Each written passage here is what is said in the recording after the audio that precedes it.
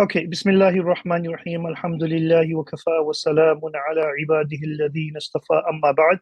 So we are still discussing the wujuh ta'an and the different types of criticisms that we can have in the matan and also in the isnad. And the last one that we looked at was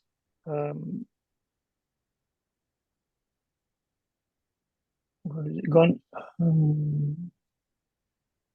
So he's having Imam Ibn Hajar is doing some tangential discussions here. So the last point was, what is it? Al-Mustarab. So we are still on the concept of mukhalafa, right? And there are different types of mukhalafa. Either the mukhalafa is mustarab, or the mukhalafa is ziyadatu al-mazid fi muttasil al-sanad, or it's taqdeem and ta'khir, which is called maqlub. So we are still on the topic of mukhalafa, but what he's doing is, so muharraf and musahaf, what he's doing is he's going into kind of a few tangential discussions here. So we've spoken about gharib al-hadith, and then we spoke about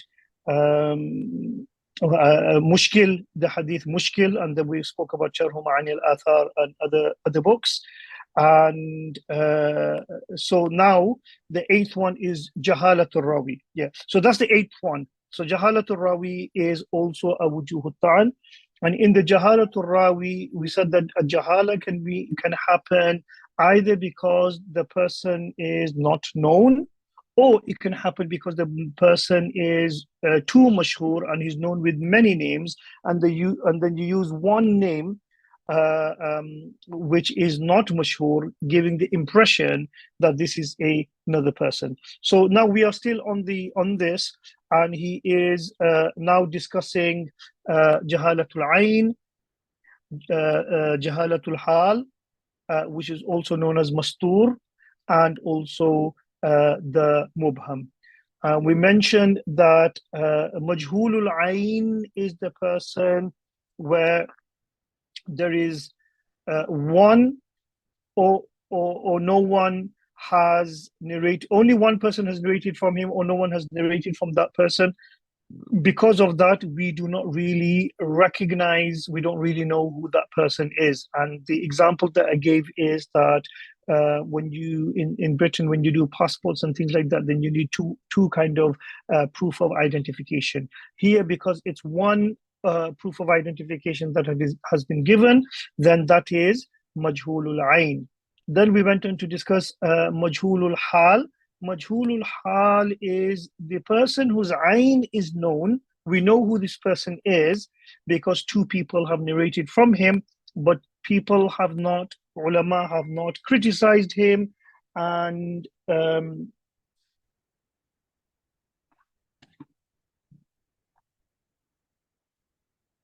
okay, so we need to finish by 6:55. Is that for today, Brother Salman? Or yes, okay. So we need to finish by 6:55 because another class is starting. Majhulul hal, which is known as mastur, is that two people have narrated from him, but they haven't given any kind of verdict on him, whether he is thiqa or whether he is not thiqa. So this is the example that I gave in the UK. When you go for a passport, you not only do you need two identification, but you also need a counter signatory who basically says, yes, I have known this person in this capacity for this many years, and I have found him to be a good person. So this is called counter signatory. So here as well, in order to get out of being a mastur, not only do you need two identification, but you also need a counter signatory. And the mubham is then where you keep it blank and you say rajulun haddathani rajulun, that a man said. And we basically mentioned previously that ta'dil ala al-ibham, according to the Jamhur, it is not accepted unless the scholar has done iltizam, the scholar has done iltizam in his book of only narrating from Sahih narrators such as Imam al-Bukhari. Sheikh Sharif Hatim al-Auni says even then we need to be cautious. So let's move on. فإن سمي الراوي وانفرد راو واحد بالرواية عنه فهو مجهول العين. If the rawi has been mentioned, and so it's not mubham, وانفرد راو واحد بالرواية عنه, but only one person has narrated from him, no one else has narrated from this person. So when we say one person has narrated from him, it doesn't necessarily mean this hadith. It means in the entire biography of that person. Yeah. فهو مجهول العين, and the books that you go and see this person is the wahdan genre. كالمبهم, this is like the mubham إلا أن يوثقه غير من ينفرد به عنه على الأصح وكذا من ينفرد عنه إذا كان متأهلا لذلك.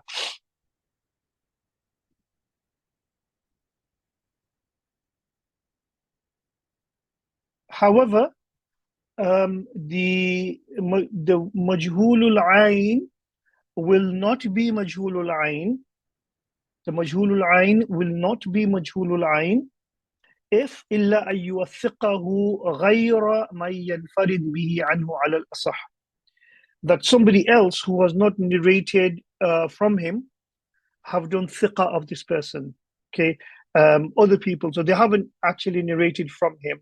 So, for example, an example of this is, like, let's say I have never studied with Sheikh, Yusuf al-Qaradawi rahmatullahi alayh. But when somebody asks me, what do you think of Sheikh Yusuf al-Qaradawi? I say he's a brilliant scholar, right? So this is somebody who's doing tawthiq of someone that has not done riwayat from that person. وَكَذَا مَنْ يَنْفَرِدُ عَنْهُ إِذَا كَانَ مُتَأَهِّلًا لِذَلِكَ.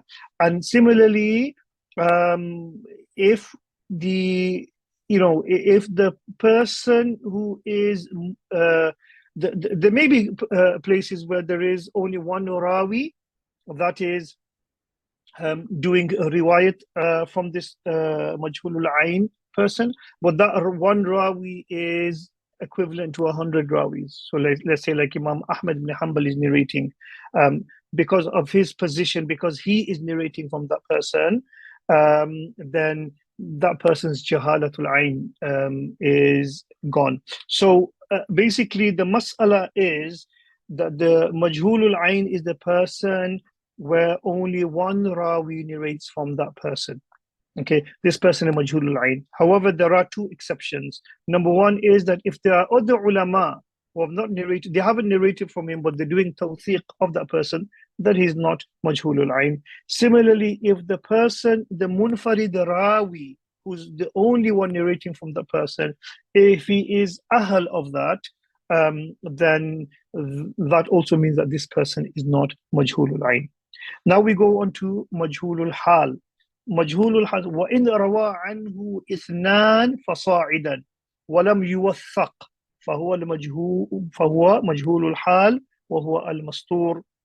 And if two people or more have narrated from this person, however they have not done tawthiq of him, they just narrated from him but they didn't say إذا ثقة راوي إذا ضعيف راوي, they haven't said anything, فهو مجهول الحال. This person is majhulul hal. We know who he is because two people have narrated from him, but as far as his adala, his dabt, we really don't know, right? We know his person. We know his person. Actually, we know his adala, but we don't actually know his dabt. That's majhulul hal. And primarily, majhulul hal is known as al-mastur. Okay, you will not get. They will say هذا رجل مجهول, and they will mean by that مجهول العين, not مجهول الحال. If they want to refer to مجهول الحال, they'll say مستور. Yeah, Imam Tirmidhi uses the word مستور. وقد قبل روايته جماعة بغير قيد وردها الجمهور. Some ulama have accepted the riwayat of the mastur without any condition. However, the Jamhur have accepted, have rejected that because there needs to be a bit more investigation. Imam Ibn Hajar says, وَالتحقيق, and the reality of the matter is, أن رواية المستور ونحوه مما فيه الاحتمال لا يطلق القول بردها ولا بقبولها بل يقال هي موقوفة إلى استبانة حاله كما جزم به إمام الحرمين. He says that the mastur or the mastur person and somebody else like him, who is somebody else like in the mubham, the mubham, that's what it means, where there is a ihtimal that this person is maqbool or this person is mardud. لا يطلق القول بردها, we won't say mutlaqan that we need to reject this person, ولا بقبولها, and we won't say mutlaqan absolutely that we accept this person, بل يقال هي موقوفة إلى استبانة حاله, but we will suspend judgment until we are able to investigate this person's situation. كما جزم به إمام الحرمين, such as Imam al-Haramain Abu al-Ma'ali al-Juwayni has mentioned. ونحوه قول ابن الصلاة في من جرح بجرح غير مفسر, and Imam Ibn Salah has also said this about the person who has been criticized. There's been jarh on him, but the jarh is not mufassar, it's not been explained. So this mas'ala of jarh mufassar, jarh mujmal will come towards the end of the book. So jarh ghair mufassar or mujmal is somebody says, oh, he's a weak narrator. Okay, but there's no explanation as to why he's a weak narrator. Whereas jarh mufassar is basically he's a weak narrator, and here is the reason why he's a weak narrator. Okay, so when you have so you will have scenarios where there's a person, there's differences of opinion amongst the ulama about this person. Some have basically said huwa thiqatun, so this is ta'adil غير مفسر, but then somebody else has said huwa da'ifun, and have explained the reason for da'if. So you have somebody done ta'adil ala al-ibham, okay, or غير مفسر, and somebody has done jarh mufassar. So which one is to be privileged, right? So there might be somebody where the ta'adil is غير mufassar and the jarh is غير mufassar, or the ta'adil is mufassar and the jarh is mufassar. So you can get 4 logical scenarios. That mas'ala is coming towards the end of the book. Are there any questions before we move on to item number 9? No questions, but can I just double check and summarize if I've understood correctly? So with majhul al-ain, that's where only one person narrates from him, and essentially there's 2 situations which would then make that person acceptable. One is if there's many people who essentially authenticate him, and the other is if one person authenticates him, but that person has a very high status, like for example Imam Ahmad. Yeah, but the many people who authenticate him, they have not narrated from him. Yes. That's the pivotal issue. Yeah, because if they narrated from him, because then the question still remains, right? The question still remains that why are they not narrating from him? So the fact that majhulul, so many people have kind of authenticated him, but only one rawi is narrating from him, that still makes that person suspect, but it takes him out of majhulul ayn.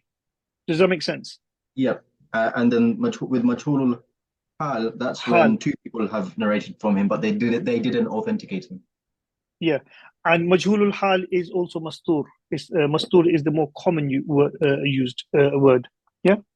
So, sorry, this might be a silly question, or maybe if you've already covered it, but does this, with regards to majhulul hal, would that include where, for example, if I say I heard from someone and not saying who that someone is? No, that's mubham. That's ta'dil ala al-ibham.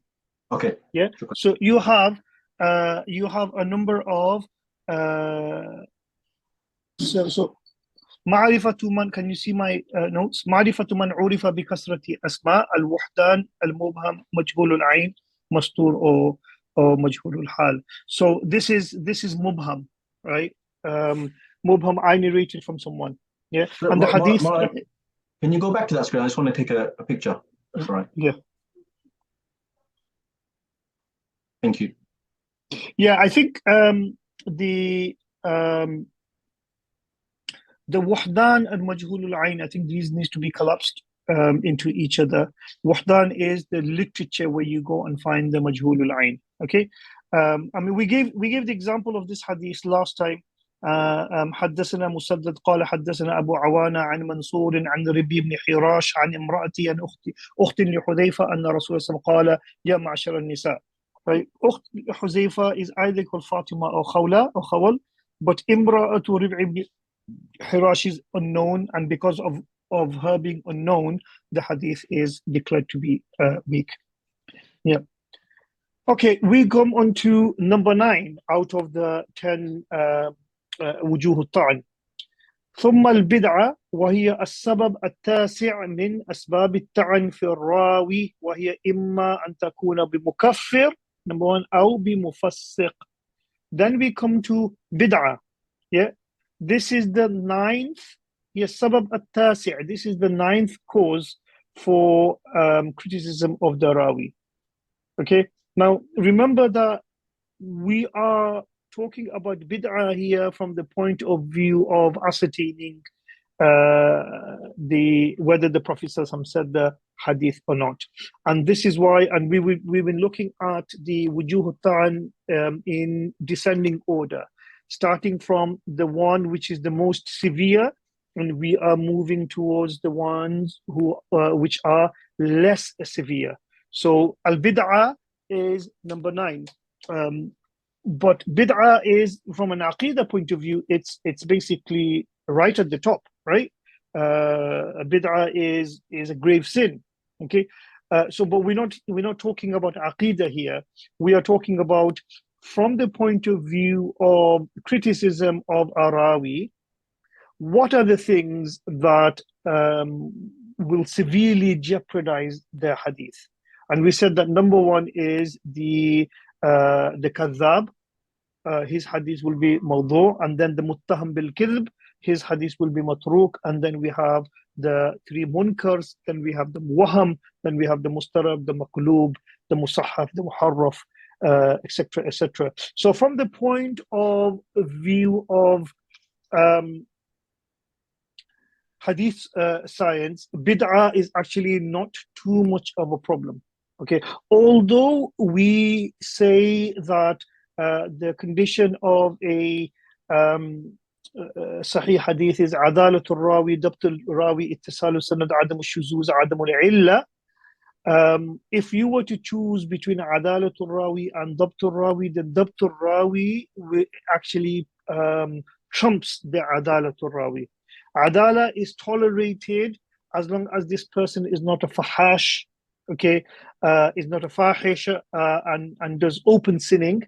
Adala is or nuqs in the adala is tolerated, but what is not tolerated is nuqs in the dabt, right? Which is the opposite, right?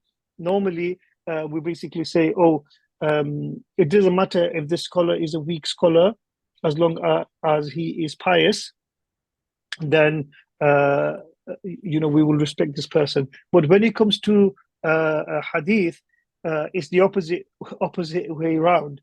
It's like we will tolerate certain nuqs in his adala, right? But as long as the dabt is 100%, we won't compromise on the dabt. And the reason why that is because we are trying to ascertain whether the Prophet did something or not, whether the Prophet said something or not, and that requires that somebody is very carefully, meticulously, is nuanced in the way that they receive transmission and they narrate transmission. Does that make sense?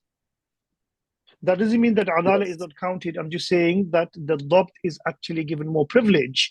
Although theoretically we say adala rawi, dabt rawi, but actually in practice we find that dabt is given more preference than adala itself. And this is why they're able to tolerate bid'ah and fisq and others, where bid'ah and fisq comes later, but the problem with dabt comes very early on. So when we say that this rawi is kadhab, yeah, that is a ta'an in his adala, but also primarily is a ta'an in his dabt as well. Yeah.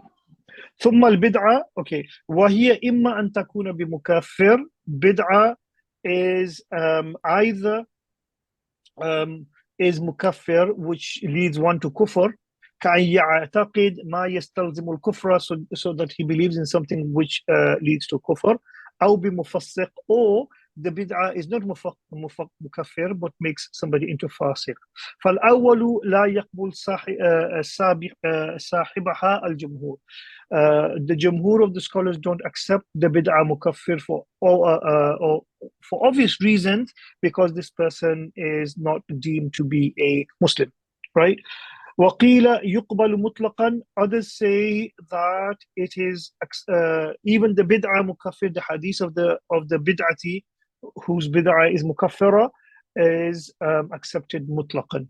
Another view is that إن كان لا يعتقد حل الكذب لنصرة مقالته قبل, that if he does not believe in the permission of the halal of lying in order to لنصرة مقالته, in order to consolidate his position, then that is accepted. Here they're referring to two things. Number one is they're referring to the Khawarij. Yeah, the Khawarij believe in this idea that if you commit a kabira sin, then you are a kafir.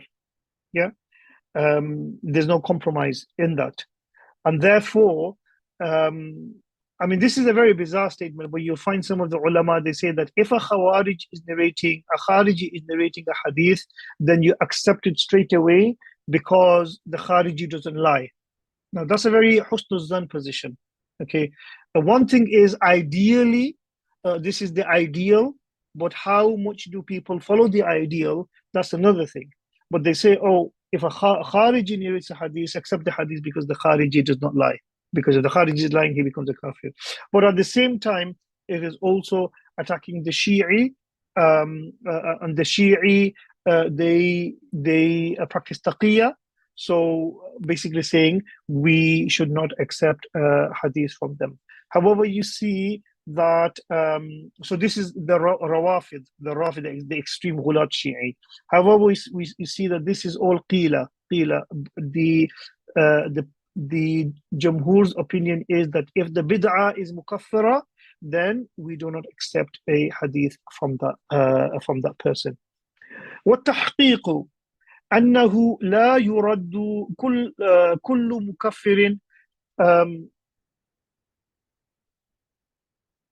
Yeah, so hold on.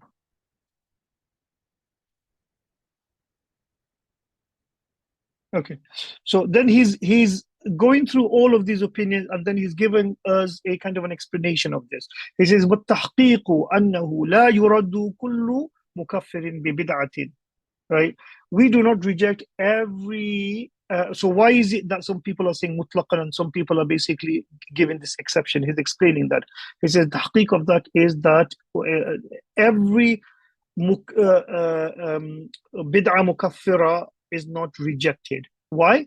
لأن كل طائفة تدعي أن مخالفيها مبتدعة, because every single group claims that their opposition are bid'atis. Brehlevis claim that the Deobandis are bid'atis, the Wahhabi kuffars, and Salafis believe the Shias are, Sunnis believe Shias are, etc., etc. Okay, so it says everybody is like that.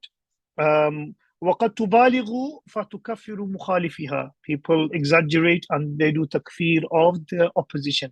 فَلَوْ أُخِذَ ذَلِكَ عَلَى الْإِطْلَاقِ لَاسْتَلْزَمَ تَكْفِيرَ جَمِيعَ الطَّوَائِفِ. If we were to accept this absolutely, so he's in a way critiquing the first position.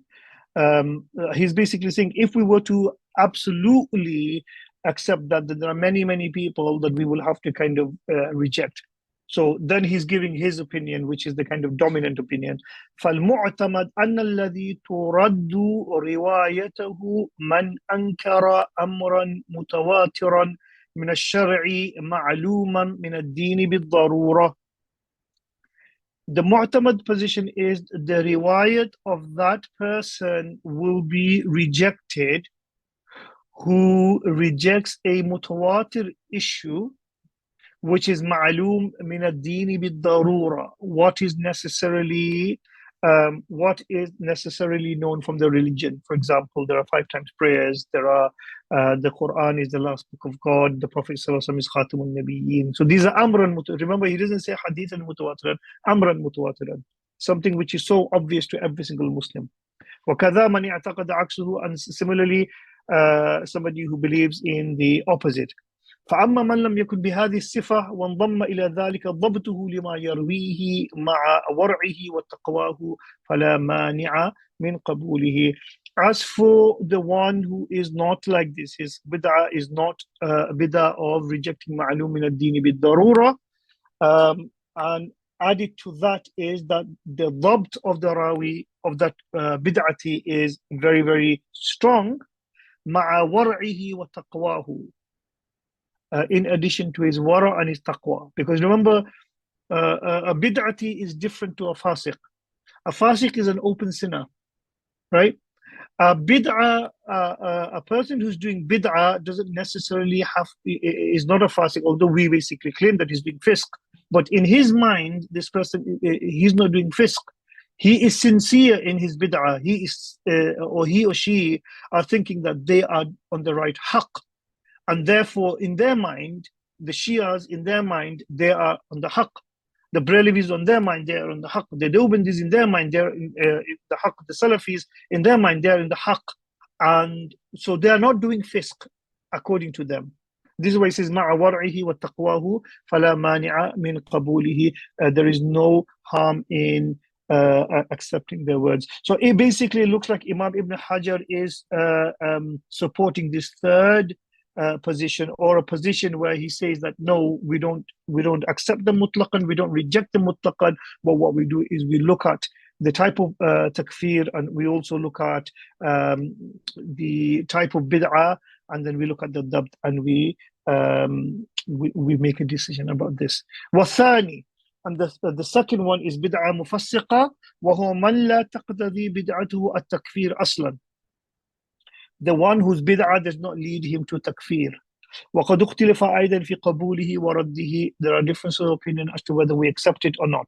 فَقِيلَ يُرَدُّ مُطْلَقًا وَهُوَ بَعِيدٌ. Some people said that we reject it absolutely, and that is بعيد. وَأَكْثَرُ مَا عُلِّلَ بِهِ أَنَّ فِي الرِّوَايَةِ عَنْهُ تَرْوِيجًا لِأَمْرِهِ وَتَنْوِيهًا بِذِكْرِهِ وَعَلَى هَذَا فَيَنْبَغِي أَنْ لَا يُرْوَى عَنْ مُبْتَدِعٍ شَيْءٌ يُشَارِكُهُ فِيهِ غَيْرُ مُبْتَدِعٍ. وهو بعيد وأكثر ما علل به أن في الرواية عنه ترويجا لأمره وتنويها بذكره. The most criticism that we can level towards somebody who takes from a bid'ati is that we say that by narrating from that person, you are making that person famous, and you are bringing that person to people's attention, and we shouldn't bring these type of people to attention. وعلى هذا فينبغي أن لا يروى عن مبتدع شيء يشاركه فيه غير مبتدع. On this basis, we shouldn't narrate from a mubtadi' anything where the non-mubtadi' is also musharik in. Meaning that we have a person who's not a bid'ati, he's narrating something, and we have a bid'ati who's narrating exactly the same thing, then we shouldn't go with the bid'ati, because by going with the bid'ati, we are bringing attention and throwing limelight on the bid'ati. We should reject that person, and we should go with the one who is not from the Ahlul Bid'ah.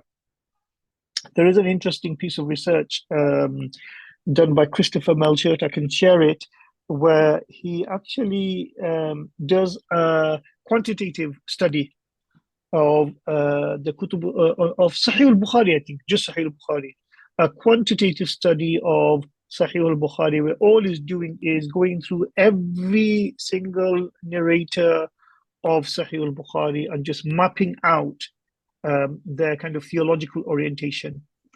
and he comes to the conclusion that half of Sahih al-Bukhari is non-Sunnis. Half of the rawis of Sahih al-Bukhari is non-Sunnis. It's quite an interesting statistical analysis. I'll share it with you, inshallah. So Surma, when you say non-Sunnis, so I mean, in the Sunni category, he's not even thinking about like Ash'aris, Maturidis, or anything like that. I guess the other non-Sunnis would be what, Mu'tazila and the Rawafid. Qadariya, Jabariya, Khawarij, and Rawafid and things like that. Yeah. But obviously, Imam Bukhari doesn't have bid'ah mukaffira, he has bid'ah mufassiqa. And this is why many years ago, when the ulama of India, they were getting signatures from ulama to declare the Shias to be kafirs, they came to Sheikh Yunus Jaunpuri rahmatullahi alayhi, and they asked him, can you please sign this document? And he said, I'm not going to sign this document, because if I sign this, then I have to stop teaching Sahih al-Bukhari. If I basically declare these Shias to be kafir, then I have to stop teaching Sahih al-Bukhari. Yeah. A number of them were basically فيه قليل من التشيع. A lot of them, they had tashayyu in them, which is that they believed in the view that Sayyidina Ali radiallahu ta'ala anhu is better than Sayyidina Uthman radiallahu ta'ala anhu. This was a view of a number of hadith scholars like Imam Abdul Razzaq al-San'ani, Qalil min al-Tashayyu. One of the opinions of Imam Abu Hanifa, as well as mentioned by Mullah Ali Qari in Sharh Fiqh al-Akbar. So this was a view where a lot of ulama talk. In fact, Imam Shafi'i rahmatullahi alayhi was, he was charged with being a Rafidi, and he says, لو كان حب آل محمد رفضا فاشهد الثقلين أني رافضي. That if loving the Prophet's family is tashayyu, is Shia, Rafidi, then let the whole world basically witness that I'm a Rafidi. In another part of the Diwan, he says, لو كان حب آل محمد ذنب فذلك ذنب لست عنه أتوب. That if loving the Ahl Bayt is a sin, then this is a sin which I will not do tawbah from.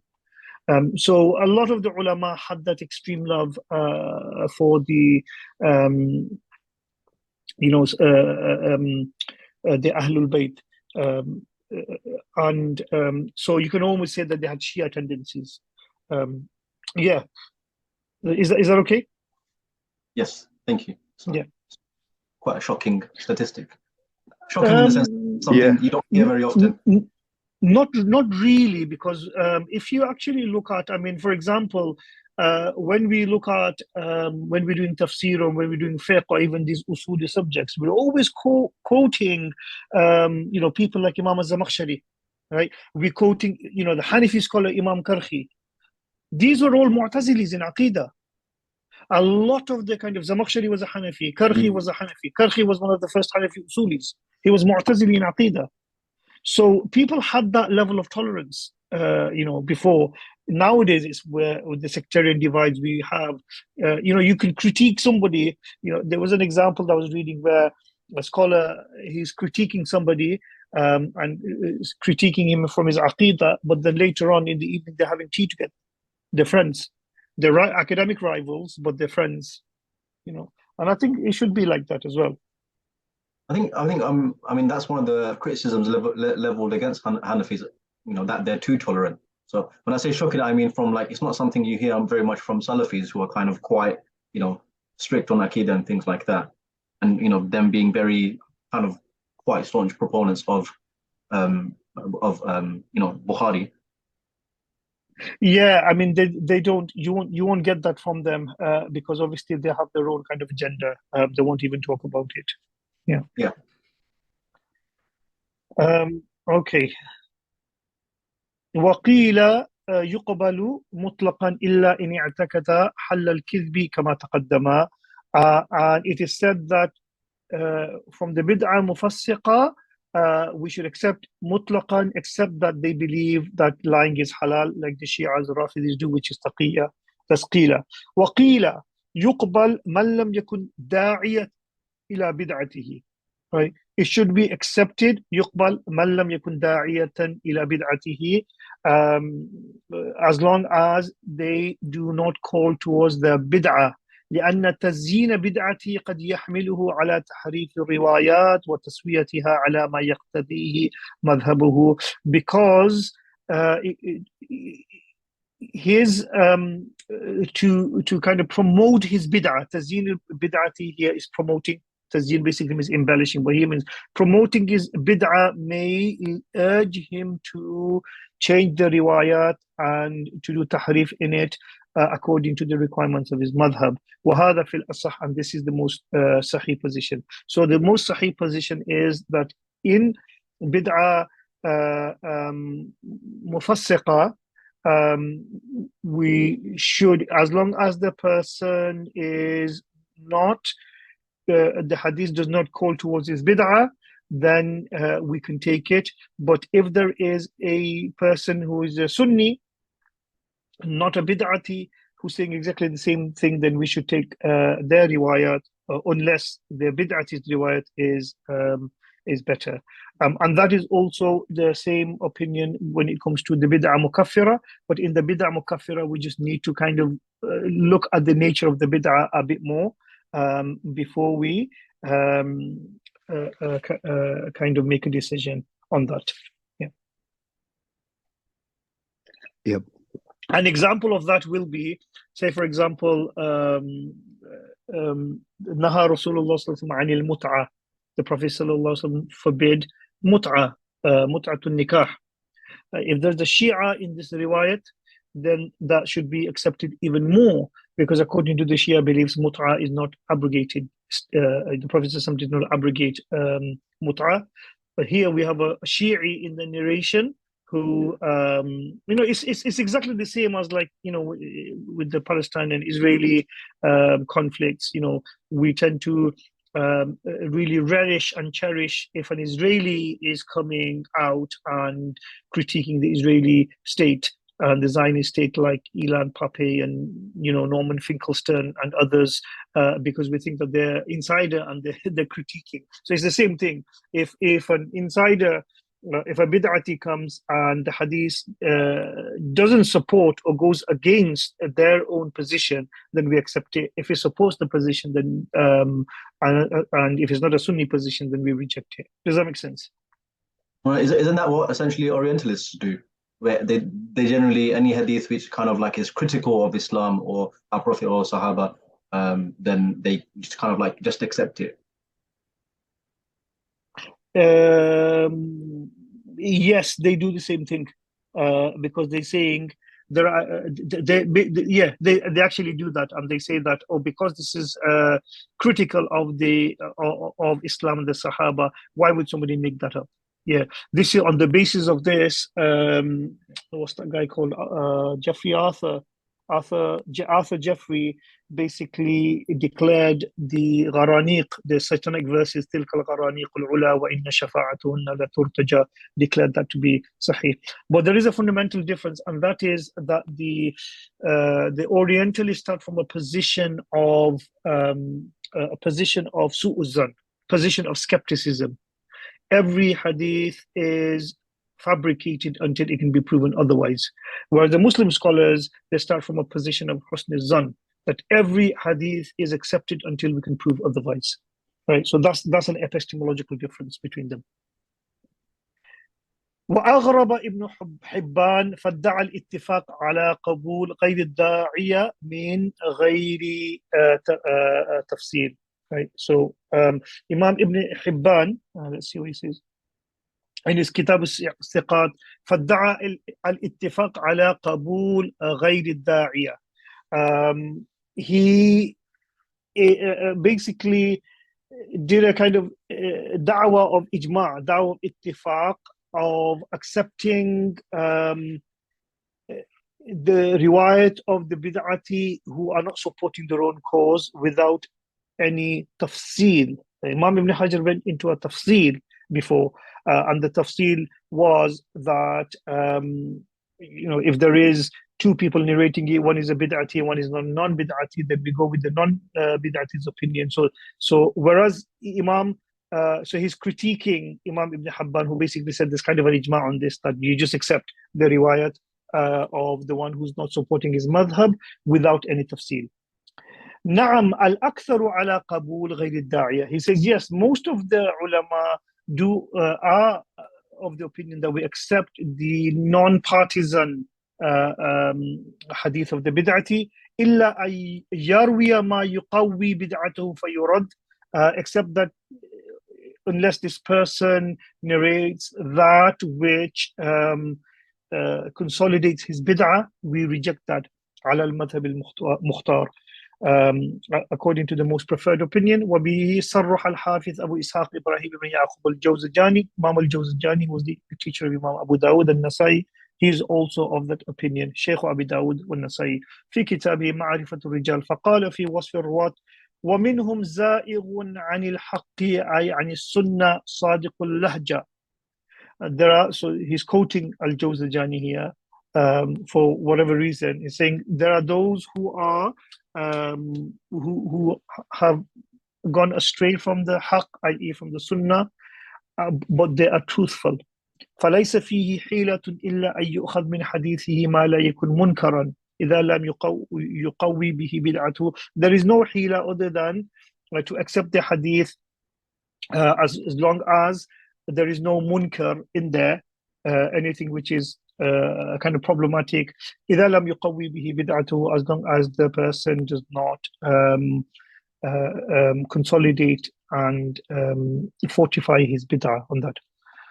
وما قاله متجه. Okay, let's leave it at here because time is actually let's just finish this up to 10. وما قاله متجه لأن العلة التي أرد الحديث. Okay, leave here. There is a discussion here, and we will pick up this in the new year. I will basically be WhatsApp you as far as the arrangements are concerned. Is that okay? Yes, inshallah. Inshallah. Have safe journeys, Okay. inshallah. Keep us in your thoughts. Inshallah. Okay, take care. Assalamu alaikum. Wa alaikum salam. Wa alaikum salam wa rahmatullahi wa barakatuh.